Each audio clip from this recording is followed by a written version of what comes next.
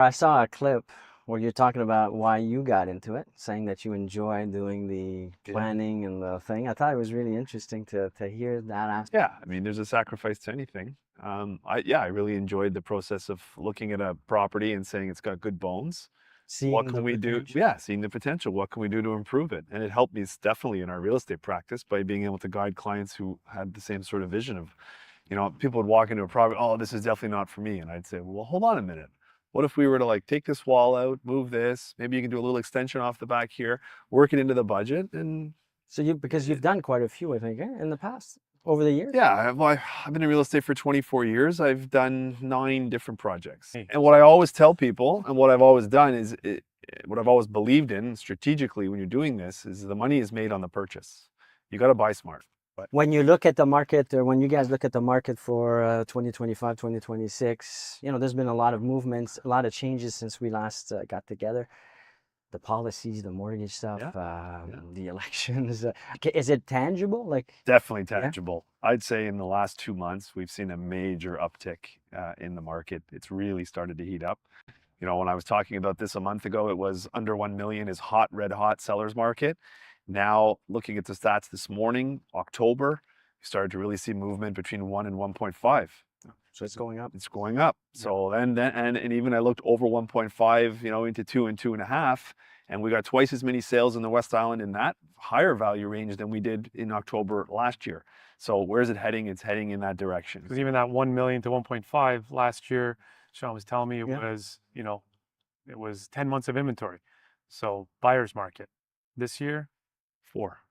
So it's switched right to a seller's market again, and we're seeing it like. And your clients, your prospects, or the people you're in your database, are some of them saying, now is the time, we're ready, or we feel more comfortable about the forecast? Yeah, I'm working probably with 6 buyers right now, which that's unusual. Usually it's, for me, 2 or 3 at a time, and now I've got 6 or 7 that are actively looking right now. And in the fall, like here we are, Yeah. into It's November. usually- Serious buyers in the fall.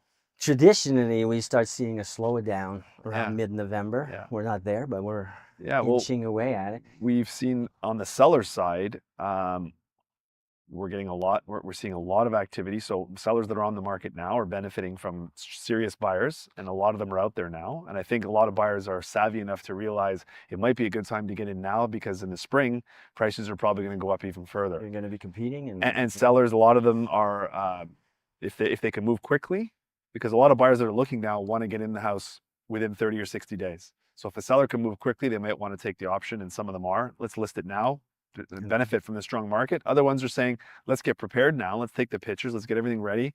And in January, boom, because I think it's going to be a strong early spring market. And by spring, like second week of January after the holidays, boom, I think it's going to be very, very active. Well, that's encouraging. I like to hear that. Yeah. Now let's look at this beautiful property. Sure. So we're in Baie-D'Urfé, where I live.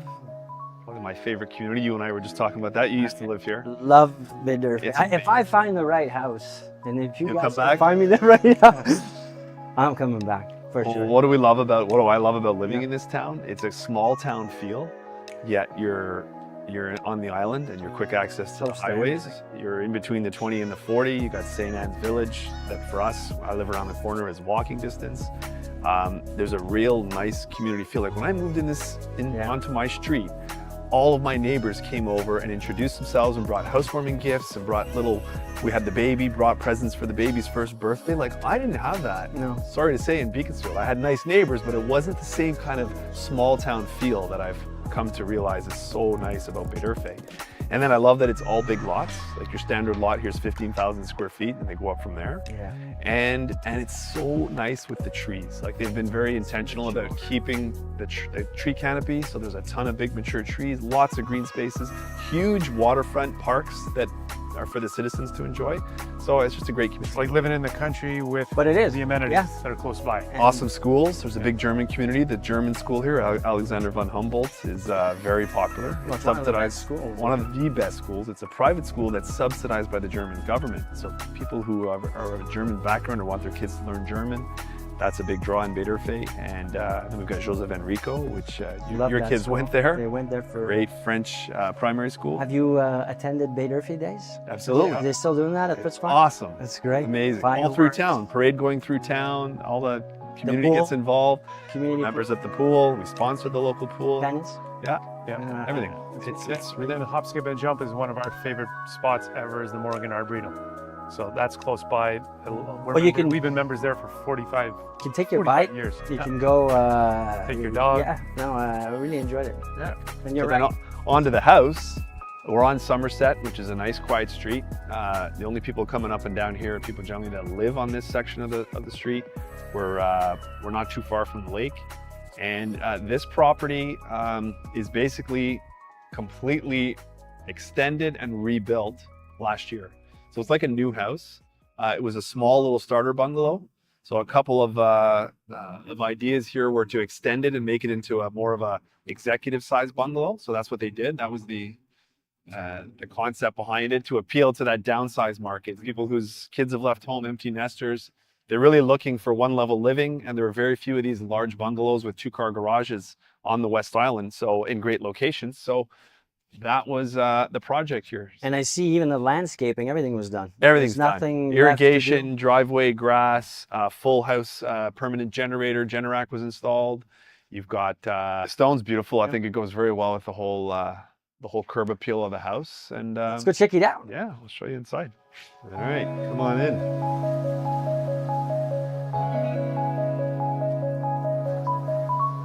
It's got that new house smell. I like that. I was just gonna say, I love that smell.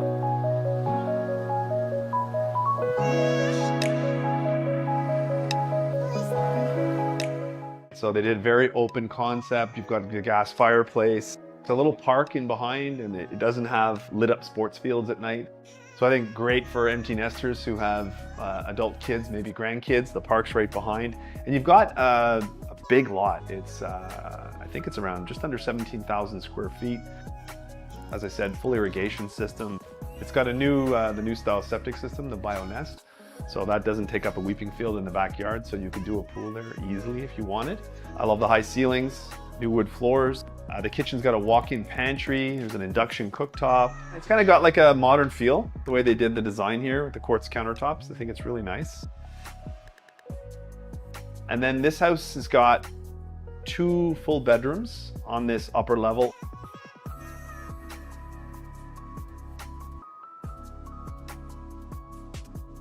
And an office. And then there's another full bedroom and bathroom in the basement. There are 2 full bathrooms up on this level and a powder room. Yeah, so this is the office. They did it that way because then you've got your desk, you can still A little bit more light. look outside. I thought it was kind of cool. And then you come down here, you've got the guest bedroom or second bedroom with its own ensuite bathroom. So this is the primary suite. You've got a big bedroom with a sitting area, full walk-in closet with all the built-in cabinetry, lots of windows. There's a ton of natural light here. And then this ensuite bathroom is amazing. Nice big double vanity. You got a heated floor. So the house is 1,800 square feet upstairs and pretty close to that being a bungalow in the basement, so huge basement. This part's the new section of the basement. Okay. So you got 8-foot ceilings here, which is really nice big windows. And then as you come down the hallway here, again, this is all the new section. There's a laundry room set up here, so if you wanted to move the laundry into the basement instead of the main floor, it's there, it's done for you. Then you've got a full bathroom down here and a guest bedroom. This you're coming into the original basement, the original bungalow, which of course was completely stripped. And as I said, new French drain and membrane done. Oh. But it's, it's massive. So that's a nice. Yeah, we nice thought, big room. people with grandkids could set up a playroom down here for the grandkids. Movie theater. Pool tables. Yeah. Bowling Games alley. room. So you can see here, Etienne, this is the original foundation, right? So there's sections of the old house along here in these back walls, and then the other section's all new. And then there's a big mechanical room over to my left here with the electric furnace, air exchanger, heat pump, and tons of storage. So what's the competition looking like? Someone looking for this type of property. Is there anything else on the market right now? There's some communities in Ontario where you have these bungalows that are semi-detached. Was that a project? Actually, there's one on Whitlock Golf Course. Back on the golf course that has these small semi-detached bungalows. Like, it's a kind of cool concept. Yeah. The problem with bungalows from an economic standpoint is they're so expensive to build because you've got to pour a huge foundation. And for builders who want to build and resell, it makes more sense to do two-story. And wouldn't you say that the buyer for this type of home is probably not somebody who's actively out there searching? They're just sort of they see it comes. So it's going to take them a little while to, you know, get prepared and and they probably haven't got their home ready to sell yet. This one comes up and they go, oh yeah, I've always wanted a bungalow. So they'll come look at it, and then they've got to deal with the whole moving from one house to another. People who are planning 5 to 7 years down the road and saying, well, what should I be doing with my home now to get it ready for when I am ready to go, right? And then get educated on the market too. What is available out there? If it's a year away, well, now is the time to start, you know, looking around and seeing what's available out there and get prepared. So that when something like this does come on the market, you're ready to go. It's really going to appeal to somebody who says, I'm not ready for a condo. I still want to be in a house, but I just want a different style of living. It's quiet. Quiet. No, that park is never full. Like I remember coming with my kids, it was... there's never more than a couple of kids playing. They don't have baseball leagues playing in that little baseball diamond anymore either. So this park's actually, it's on the agenda to get updated by the town. So I think they're going to put some money and renovate this park a little bit. I think they're going to remove the baseball. Oh, that's too bad. And Kind of like the baseball. I like baseball too. You don't see that anymore anywhere. You know what I mean? I know. Kirkland's got some big ones. Yeah. We're building out a separate sort of website for our homeowners advisory club, which has been going very well for us. You know, offering that kind of value and advice to the community and to our clients. So we're working on that. We're working on a new website for us, for the team, for our real estate practice. So always lots going on. Because no one's doing that, as far as I'm concerned, in the markets that I know. I haven't seen any. Well, I think our philosophy's always been, if you lead with value, right, and with no expectation of a transaction, you're actually trying to create a tribe of like-minded people, right? People that appreciate that advice, that coaching, if you will, and you know, there's no pressure to buy or sell in any specific But how do you period get of time. past that point so that they hear and listen that, okay, they're not trying to sell me anything. I think it's about listening and it's the mindset of, if you're thinking of yourself, you're in the wrong frame of mind. If you're thinking about from a standpoint of curiosity, I want to find out more about this person. I want to understand who they are. What are their hopes, dreams? What's their occupation, their family? I think the way we've approached is more that we're creating the content around it and being authentic with that. And we're not really going and knocking on people's doors. So they're coming to us. Yep. Right. So I think that's the key. People that are coming to us are people that are kind of like-minded. They're kind of have the same kind of mindset. They're realizing that, hey, these guys are speaking about things that a little bit differently, and I'd like to learn more. And then they have a conversation with us, and inevitably, some people get turned off, and that's fine. Then it's not for them. Yeah. But I'd say 75% of the people we meet and discuss this with really say, hey, that's really interesting and valuable. And you I'd like to learn more. Said it well. You attract like-minded individuals. So in the end, when they do become a potential client or when they have the need for the service, it's much more fun to work. And I think we're also adding value in so much more than just a transaction of buying or selling. It's anything they could possibly need. And we say this to clients after they've bought a house. Yes. And we say, listen, this relationship doesn't end here. You know, you can come to me for anything at all, anything you need. And we're constantly reaching out. Do you need advice for designers, cleaners? Offering that value without any expectation back. So that directory of trusted service providers, people that we've worked with personally, that our clients have already worked with, and we're developing relationships with these other small business owners in our community. Yeah. So we're sitting down with these guys and we're saying, let's work together. Let's mastermind and help each other grow our businesses. And then it becomes, we're just referring really good clients and good tradespeople to It's each other. win-win. It's a win-win approach. Yeah, they see the value of it right away. So they see the type of referrals that they're getting from us, and then we're seeing it as well in the response time from these people that we're referring to our clients. Our clients are blown away, going, "I can't believe this guy called me like less than 12 hours after you gave me his number," and so that really just, it's a snowball effect that engenders trust. Yeah, and I think taking the philosophy of having a client retention program, I think very few brokers, they're out chasing new leads, they're out chasing new business. There is gold in your sphere of influence and in your database, your current database. The guy you sold the house to 5 years ago, how many times have you talked to him in the last 2, 3, 4, 5 years? In a non-salesy way. We were talking about leading with value. Right. Do you need any help? How's the family? Can we offer you anything? Do you need a plumber? Need an electrician? Like just checking in. Are you curious on what the value of your house is? Would you like an updated market analysis? This kind of stuff. I think that should be number one on any broker's list before you start going out to chase leads and all this kind of stuff. It's take care of your people, lead with value. Don't expect anything in return. I noticed that to get to that point, though, you have to have been able to take care of your immediate needs in a financial way, meaning you have to get to a certain point of success in order to, yes, well, I mean, it's not impossible, but the road to that success, in my opinion, is it starts with the first client you deal with. If you treat that client with white gloves, absolute amazing service, they are going to be your ambassador. They're going to tell their friends about you. They're going to tell their colleagues about you. they can't stop just there. And then you sell them that house. In 5 years, they become a seller. And then year one, you start in the business, you treat 2 or 3 buyers that you manage to work with, and you treat them that well. That's where the business starts to snowball. It's focus on the service, taking care of people, and the business takes care of itself. That's been our philosophy. It's worked very well. That's been the secret really to our success. We were just talking about this today in our team meeting, right? About having a mindset of abundance versus scarcity. And that's extremely hard to do. Especially when you're new and you're like, I just need a transaction. I need to pay my bills this month. Your mortgage, your car payments. We get it. That energy comes across. And when you're thinking about it from the perspective, how can I help this person, right? Rather than how can I get this transaction closed? 100%. It changes the game completely. And again, Melissa on our team was talking about, she did a buyer consultation meeting with a client and went through and explained, like, this is how we work together, right?